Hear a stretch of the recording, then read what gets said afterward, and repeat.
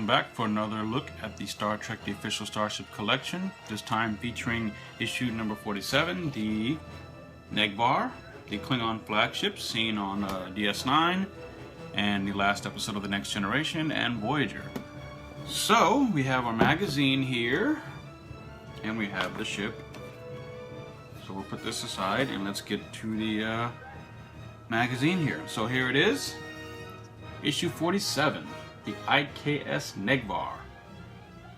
Nice image of the ship on the cover there. And let's see. It is Negh'Var class, launched in the 24th century, 682.32 meters, and a maximum warp speed of 9.6. Turning the page, the stand. Well, the table of contents along with the diagram showing how to put the stand on the ship or the model, as well as some more specifications. Operated by the Klingon Defense Force, Negh'Var class, constructed in the Kronos orbital factory base, launched in 2372, length 682.3 meters, 0.32 meters as I said. It has a crew of 2,500, maximum speed of warp 9.6, with 20 disruptor cannons, 1 forward disruptor, and 4 torpedo launchers for weaponry. Turning the page, we have a really cool image of the ship there, as well as some information and text as standard in the magazine. More screenshots from episodes, mostly from The Way of the Warrior, which was the 2-hour epic season premiere of Deep Space Nine's 4th season.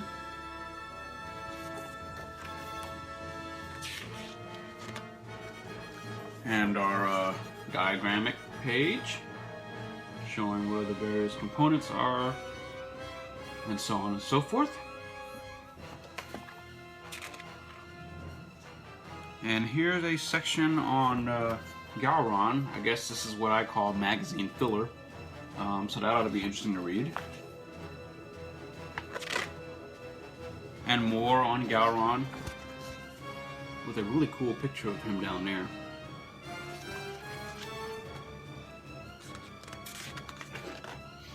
And here's a section on the designing of the Negh'Var, with some conceptual artwork there. It's interesting to note that the Negh'Var evolved from the already seen Voyager class, seen from Next Generation, and you can kind of see the design similarities or starting point.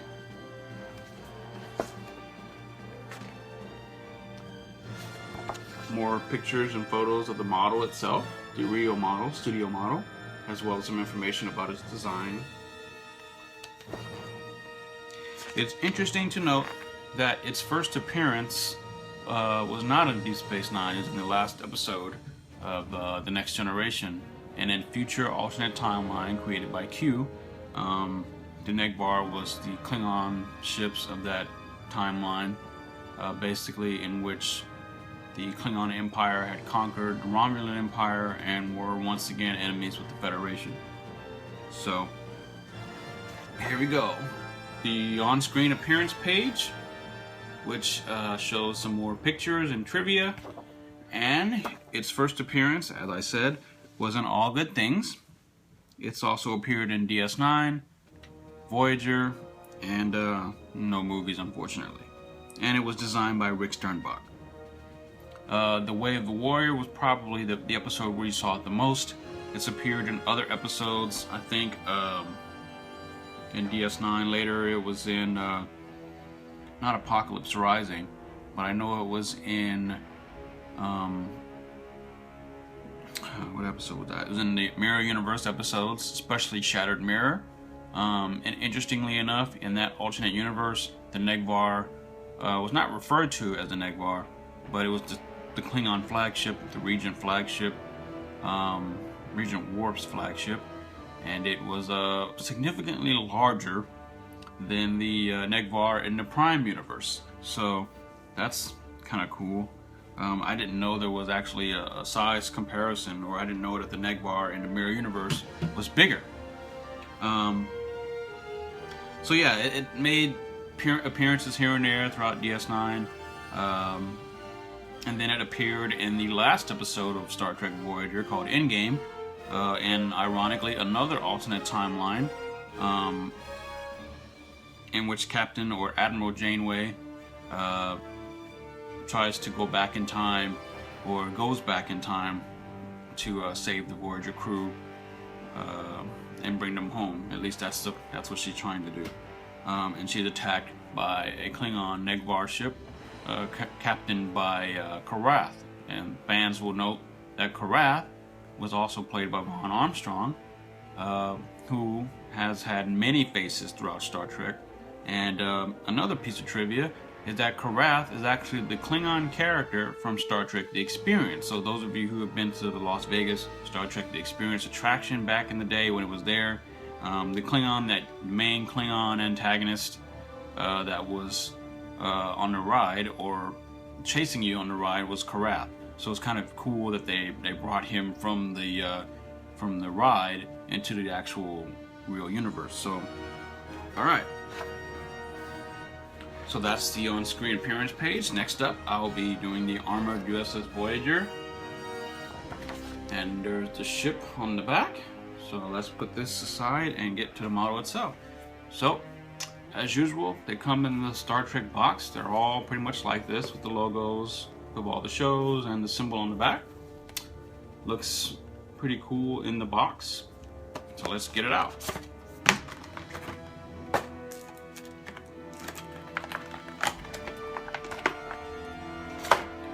And the model itself. And the first impression, it's alright. Obviously there are some issues with it. It looks like the back there, I don't remember the windows just being squared or rectangular. I know a lot of people had issues with this model, and I see why. Especially looking underneath that fin or whatever that is there, it's just kind of empty. It's like they didn't bother to fill it in. I guess it's like missing a piece. They could have easily just painted it with some more Klingon lettering or coloring or something, but they didn't. The weapons pod down there looks pretty cool, I will say. And from here, this view, it looks fine.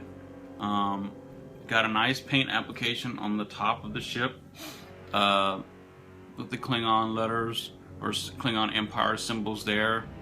And there's the command module or the bridge dome there. And the needles sticking out from the middle, which is cool. And you got the bottom of the ship, which looks nice. Nice paint application. I guess it's meant to look a little worn, like it's been in battle. Again, the major problem with this model is this fin, tail fin, or whatever it is, and the back. It's like a significantly lacking detail in that area. I won't say this model is a colossal failure, because it isn't. I actually like the Negh'Var. I know there were some people complaining about the nacelles a certain way, and in this case, to be honest, I feel like what we see on the magazine cover does not reflect necessarily the model that's here, because the magazine has significantly more detail and paneling for the ship. Now granted, this is a CGI image and this is a model, and I just don't know if it's even possible to cram this amount of detail into something of this size. So to be fair, I don't know if that's possible, and I don't want to, blame Eaglemoss for that. But yeah, I mean, it looks okay. There are some things I would have done to improve it. There are a lot of, like I said, there's a lot of detail, but there are a lot of single plane lines there, and the Klingons are far from plain. Am I happy with the model? Yeah, it's alright. It's a worthy addition to the collection. Just, nothing's perfect, and like all models, there are things that could be done differently. Of course, it's all a matter of opinion, but I think this is the metal portion, which is the wingspan there, and the this is plastic, and the weapons pods down there are also plastic. I mean, it looks cool. I'm glad it's a part of the collection. So kudos, Eagle Moss, for that. This is the latest in the Klingon ships for the collection. I think the next Klingon ship on the horizon is the Klingon Augment ship from Enterprise. So I think by that point we would have had almost all of the Klingon ships. Most of them anyway. Spanning across from the original series through the movies and DS9, Voyager, so on and so forth. Except for the D7 battlecruiser seen on the Day of the Dove, but I guess the Katinga class from the motion picture can kind of be that. So I guess to have the D7 would be considered like a variant. I don't know. But anyway, this is cool. So, you know, I'm kind of glad I have it. I just wish it was a little bit different. Like I said, am I disappointed? Slightly. Is it an awful model? No. From afar, it looks cool. But when you really take your glasses off and you really look up close to it, that's when you really start nitpicking and finding flaws with it. But not all things are perfect, and I'm just grateful that I have it. Oh man, I just noticed this too. The bottom of the nacelles also has that gap. That's bad. So definitely a point knockoff there for that, if I were to rate this. If I had to rate it, I probably would give it a 5, maybe a 5.5, and that's being generous, mostly because of the lack of detail and paint on this area, and the back of the stern there, as well as, you know, some other detail on the bottom there. So yeah, it is what it is. But it's nice to have the Klingon flagship. So yeah, that's the Negh'Var, and it comes with the stand, which I also have here.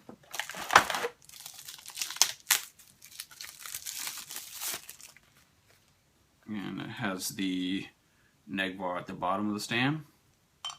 So we put this in here.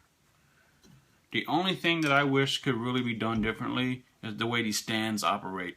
Some of them, like the Reliant stand, the Tholian ship stand, Defiant stand, and I think a couple of the other ones are just like, it takes the slightest movement to knock them off.